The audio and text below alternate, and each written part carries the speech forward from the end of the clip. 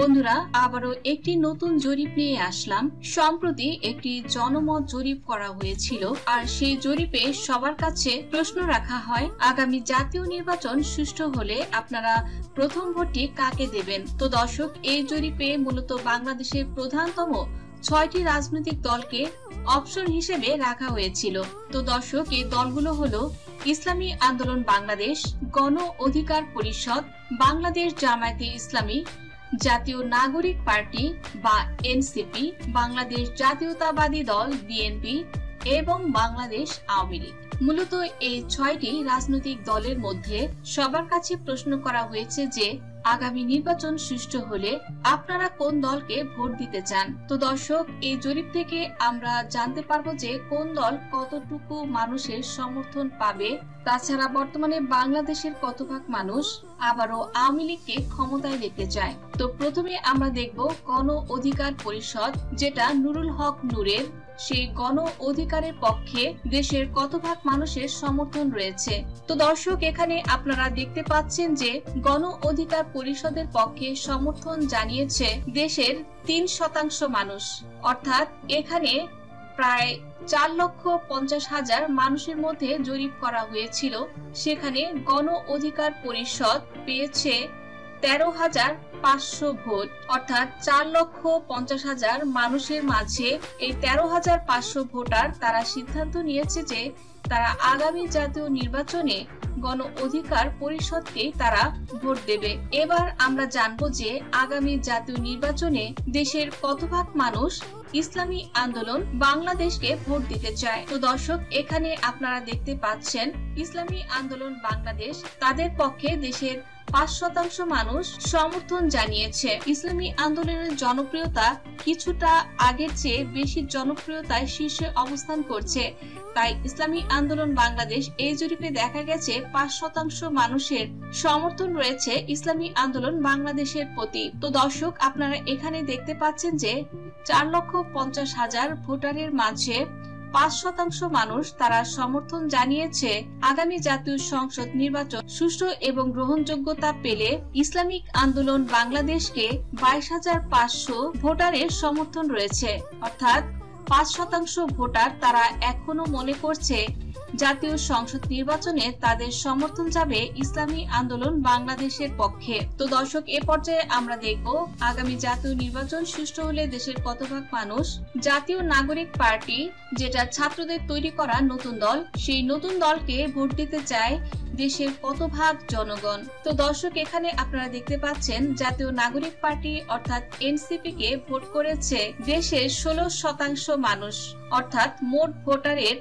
72,000 voter তাদের সমর্থন রয়েছে জাতীয় নাগরিক পার্টির, অর্থাৎ এখানকার মোট ভোটারের মাঝে 16% ভোটার তারা জানিয়ে দিয়েছে যে আগামী জাতীয় সংসদ নির্বাচন অবাধ সুষ্ঠু হলে তারা জাতীয় নাগরিক পার্টিকেই ভোট দেবে। তো দর্শক, এই পর্যায়ে আমরা দেখব বাংলাদেশ জাতীয়তাবাদী দল বিএনপি। 63,000 মানুষ এখনো মনে করছে তাদের ভোট বিএনপিকেই দেবে। তো আপনারা এখানে দেখতে পাচ্ছেন যে বিএনপির প্রতি সমর্থন জানিয়েছে খুবই কম মানুষ, মাত্র 14% মানুষ তারা জানিয়েছে যে আগামী নির্বাচনে তারা বিএনপিকে ভোট দেবে, অর্থাৎ বর্তমানে বিএনপিকে ক্ষমতায় দেখতে চায় দেশের 14% মানুষ। অর্থাৎ আগামী জাতীয় নির্বাচন যদি অবাধ ও সুষ্ঠু হয়, তো আগামী নির্বাচনে বিএনপির পক্ষে এই জরিপে দেখা যায় 70 থেকে 80টির বেশি আসন পাওয়া সম্ভব হবে না। বিএনপি যদি বাংলাদেশ জামায়াতে ইসলামীর সাথেও প্রতিদ্বন্দ্বিতা করে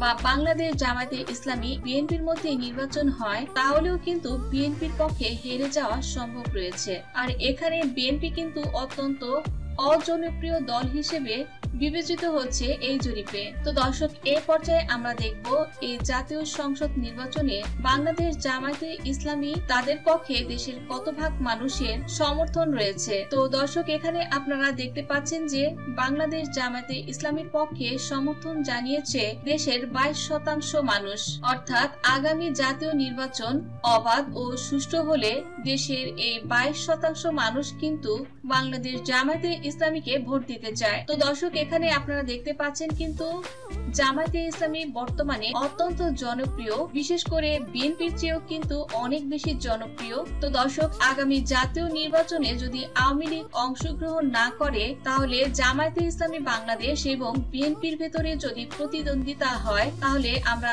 এই জরিপের মাধ্যমে বুঝতে পারছি যে জামায়াতে ইসলামের সমর্থন অনেক বেশি রয়েছে, আর জামায়াতে ইসলামের পক্ষে বিএনপিকে হারিয়ে দেওয়ার সম্ভাবনা রয়েছে। তো দর্শক, এ পর্যায়ে আমরা দেখব বাংলাদেশ আওয়ামী লীগকে আবারও ক্ষমতায় দেখতে চায় দেশের কত শতাংশ মানুষ। তো আপনারা দেখতে পাচ্ছেন যে আওয়ামী লীগের পক্ষে সমর্থন জানিয়েছে দেশের 40% মানুষ, অর্থাৎ শতকরা 40% মানুষ তারা চিন্তা করছে আগামী নির্বাচন যদি অবাধ, সুষ্ঠু এবং আওয়ামী লীগের গ্রহণযোগ্যতা থাকে তো দেশের 40% মানুষ তারা চিন্তা করছে তাদের সমর্থন রয়েছে আওয়ামী লীগের পক্ষে। অর্থাৎ এই জরিপে আমরা দেখতে পাচ্ছি 4,50,000 মানুষের মাঝে 40% মানুষ অর্থাৎ মোট ভোটারের 1,80,000 ভোটার তারা ভোট দিয়েছে বাংলাদেশ আওয়ামী লীগকে।